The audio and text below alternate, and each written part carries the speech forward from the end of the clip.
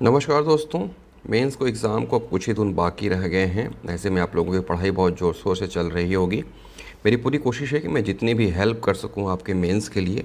और इसी सिलसिले में लगातार प्रश्न पूछे जा रहे थे कि निबंध के कौन कौन से टॉपिक हम तैयार कर सकते हैं जिसके एग्ज़ाम में आने की संभावनाएं हैं। वैसे तो देखिए, ये अनंत दुनिया है, क्या कुछ हो सकता है कोई नहीं जानता है, क्या पूछे जाएगा ये भी कोई नहीं जानता है। फिर भी जो कुछ भी चल रहा है वर्तमान में छत्तीसगढ़ में, भारत में या अंतर्राष्ट्रीय में, उससे देखकर हम एक अनुमान लगा सकते हैं कि इस इन प्रश्नों के आसपास जो है वो कुछ आने की संभावना रहेंगी। और मुझे उम्मीद है कि ये मैं जो कुछ इंपॉर्टेंट टॉपिक्स आपको बताने जा रहा हूँ, इससे आप तैयार करेंगे तो इससे आसपास से रिलेटेड चीज़ें तो आ ही जाएंगी और आप अपना ऐसे अच्छे से लिख सकते हैं। तो छत्तीसगढ़ से रिलेटेड कुछ मुद्दे हैं जो कि ऐसे के रूप में आपके एग्ज़ाम में आने के चांसेस रहते हैं। जैसा कि आपको मालूम ही है कि 4 ऐसे पूछा जाता है और उसमें से आपको 2 ऐसे जो है लिखने होते हैं। तो देखिए क्या कुछ टॉपिक है जो भी आ सकते हैं। तो पहला देखा जाए तो छत्तीसगढ़ की जनजातियों में लघु वनोपज से आय में वृद्धि एवं सरकारी प्रयास। आप देख रहे हैं कि छत्तीसगढ़ शासन लगातार लघु वनोपजों को बढ़ाने का काम कर रही है, उचित मूल्य दे रही है और जनजातियों में इससे लेकर एक आर्थिक समृद्धि भी आ रही है। तकरीबन 65 लघु वनोपज खरीदे जा रहे हैं। तो इससे रिलेटेड आंकड़े जुटा के और किस तरह से जनजातियों में इससे फ़ायदा हो रहा है, किस तरह से वो आर्थिक लाभ उठा रहे हैं, उसको लेकर तैयार कर सकते हैं। आपका एक ऐसे तैयार हो जाएगा। अगला देखें तो छत्तीसगढ़ में हसदेव वन सुरक्षा आंदोलन समस्या व समाधान। आंदोलन नाम का कोई शब्द तो एग्ज़ाम में नहीं आ सकता, तो लेकिन हसदेव वन क्या है, हसदेव वन को लेकर क्यों समस्याएं हैं और किस तरह से इसका समाधान हो सकता है, क्यों अभी अचानक से हसदेव वन एकदम से लाइमलाइट में आ गया है, लोग उसके बारे में बात करने लगे हैं। तो हसदेव वन के बारे में आप एक अच्छी जानकारी जुटा लीजिएगा। हसदेव वन के बारे में जब आप पढ़ेंगे तो कोलफील्ड के बारे में भी पढ़ेंगे और कोयला में भी छत्तीसगढ़ में क्या उत्पादन है, कितने स्थान पे वो है भंडारण में उत्पादन, ये सारी चीज़ों को आप जुटा के आप इसमें डाल सकते हैं। नेक्स्ट देखें तो एक और इम्पॉर्टेंट टॉपिक है छत्तीसगढ़ में पर्यटन, जनजाति सर्किट तथा राम वनगमन विस्तार। पर्यटन को लेकर भी छत्तीसगढ़ शासन काफ़ी ज़्यादा काम कर रही है, तो आप इसको देख सकते हैं। और जनजाति सर्किट लगातार जो एथनिक रिसोर्ट्स वगैरह बनाए गए हैं, पर्यटन को लेकर मॉडल जॉब डेवलप किए जा रहे हैं और राम वनगमन पथ में जो चीज़ें शामिल हैं अभी लगातार विस्तार किया जा रहा है, पहले चंदखुरी और उसके बाद शिवरी नारायण। तो पर्यटन को लेकर एक आप चीज़ तो तैयार कर ही लीजिएगा, क्योंकि पर्यटन से एक ऐसे आने की संभावनाएं तो रहती ही हैं। उसके बाद अगर हम देखें नेक्स्ट टॉपिक है तो छत्तीसगढ़ में रोजगार मिशन व बेरोजगारी समस्या व समाधान।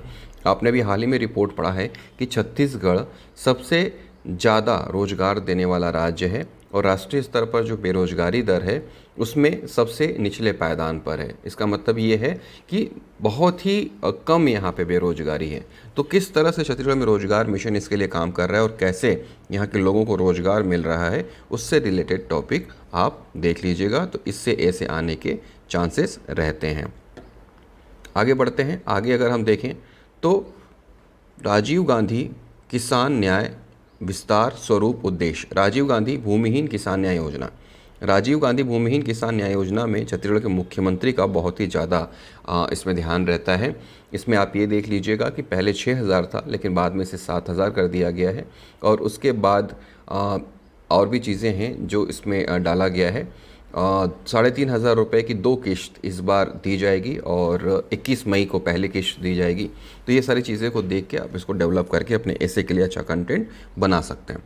नेक्स्ट, स्वामी आत्मानंद उत्कृष्ट विद्यालय। मेरे हिसाब से ये तो बहुत ही इंपॉर्टेंट है, क्योंकि इससे छत्तीसगढ़ में शिक्षा की एक नई बयार निकल पड़ी है।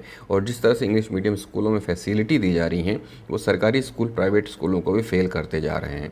तो कितने स्कूल हैं, कहाँ कहाँ पे किस तरह से इसका डेवलपमेंट किया गया, क्या कुछ सुविधाएं हैं, कैसे ये छत्तीसगढ़ में शिक्षा की एक अलग अलग जला रहा है, इन सारी चीज़ों को आप देखिएगा।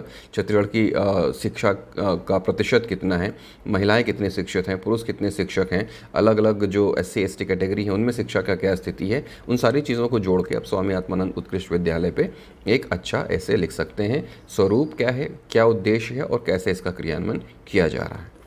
नेक्स्ट, ग्रामीण विकास ही छत्तीसगढ़ का वास्तविक विकास है।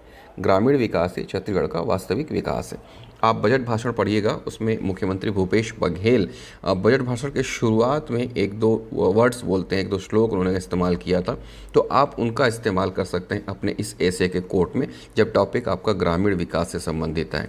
तो ये एक इम्पॉर्टेंट टॉपिक है। आगे देखा जाए तो छत्तीसगढ़ जनजातीय संस्कृति व बचाव। छत्तीसगढ़ जनजातीय संस्कृति, वर्तमान में जो जनजातीय संस्कृति है वो किस हाल में है, कैसे हम इसका बचाव कर सकते हैं और उसके बचाव के लिए छत्तीसगढ़ सरकार क्या कुछ प्रयास कर रही है, इस पर भी एक ऐसे आपके एग्ज़ाम के लिए इम्पॉर्टेंट है जो आ सकता है। आगे हम देखें तो एक है छत्तीसगढ़ में कुपोषण समाधान और चुनौतियां। कुपोषण में किस तरह से छत्तीसगढ़ सरकार उसे दूर करने के लिए प्रयास कर रही है, वो एक इम्पॉर्टेंट टॉपिक है, उसको आप देख सकते हैं, क्योंकि कुपोषण से पिछले लगातार वर्षों में प्रश्न पूछे जाते रहे हैं।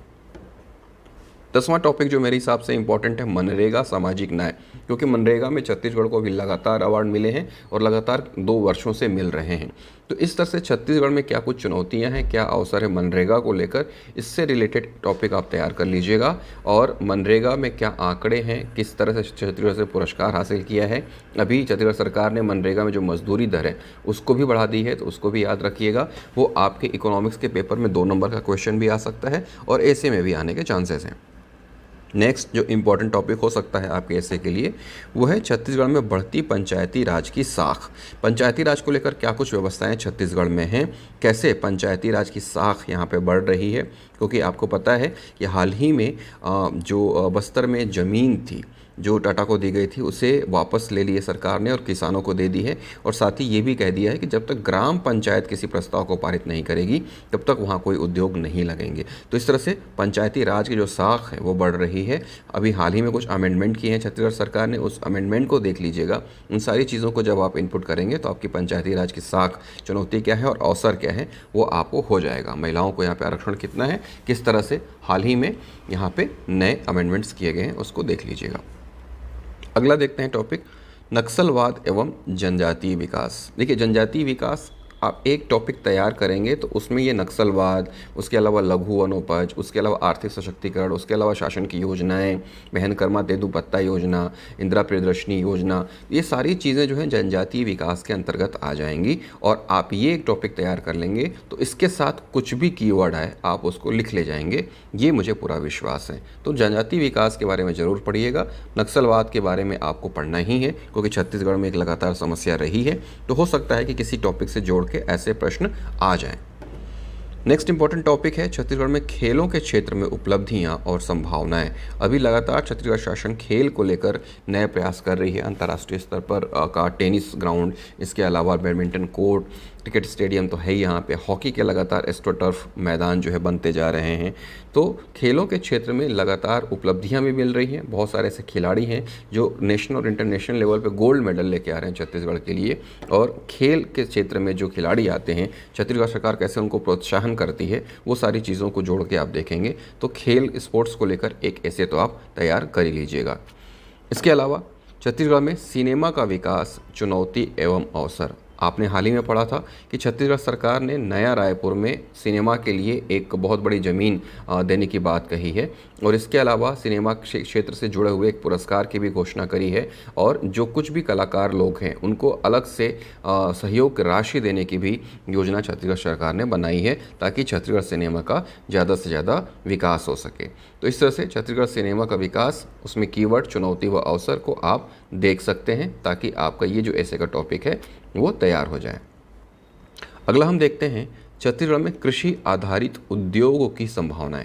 छत्तीसगढ़ में कृषि आधारित उद्योग की संभावनाएं, आपको पता ही है छत्तीसगढ़ कृषि प्रधान राज्य है और ज़्यादातर लोग यहाँ पे कृषि पर ही डिपेंडेबल हैं। तो ऐसे में कृषि से क्या क्या कुछ उद्योग हैं और उनसे क्या क्या संभावनाएं हैं छत्तीसगढ़ में, इसको लेकर क्या चुनौतियाँ हैं, क्या अवसर हैं, इन सारी चीज़ों को आप देख के एक अपना ऐसे का टॉपिक तैयार कर सकते हैं। अगला है न्याय की नींव पर छत्तीसगढ़ मॉडल। न्याय योजना आपको मैंने पहले ही बताया था कि इससे रिलेटेड टॉपिक आने के चांसेस बहुत ज़्यादा है। तो न्याय की नींव पर छत्तीसगढ़ मॉडल को आप ज़रूर देख लीजिएगा, ताकि आपका एक बड़ा पोर्शन तैयार हो जाए। और न्याय की नींव पर छत्तीसगढ़ मॉडल जब आप तैयार करेंगे तो आप इसके जो फैक्ट्स हैं, जो डाटाज़ हैं, वो दूसरे ऐसे में भी आप उसको इनपुट कर सकते हैं। और लास्ट टॉपिक, छत्तीसगढ़ में प्रसंस्करण उद्योगों का भविष्य। किसी भी चीज़ को अगर उसको हम रिफाइन करते हैं, उसको और प्रसंस्कृत करते हैं, तो उससे किस तरह से उद्योग यहाँ पे बढ़ रहे हैं, क्या कुछ हो सकता है, उसको लेकर यहाँ पे क्या भविष्य है, वो टॉपिक एक ऐसे के लिए आपको इम्पोर्टेंट है। आप देख रहे हैं अभी छत्तीसगढ़ शासन महिला स्व सहायता समूहों को बहुत ज़्यादा सपोर्ट कर रही है, और ये जो महिला स्व सहायता समूह है छोटे छोटे स्थानों पर कोदो कुटकी रागी से आटा बना रही हैं, मसाले बना रहे हैं, इसके अलावा सरसों का तेल बना रहे हैं। तो ये लगातार चीज़ों को प्रशंसित कर, उसको रिफाइन कर नए उद्योग बना रहे हैं और आर्थिक सशक्तिकरण की तरफ भी बढ़ रहे हैं। तो ये कुछ 17 इम्पोर्टेंट टॉपिक्स थे जो मेरे पास आए थे। मैंने सोचा इसे आपके साथ शेयर करना चाहिए।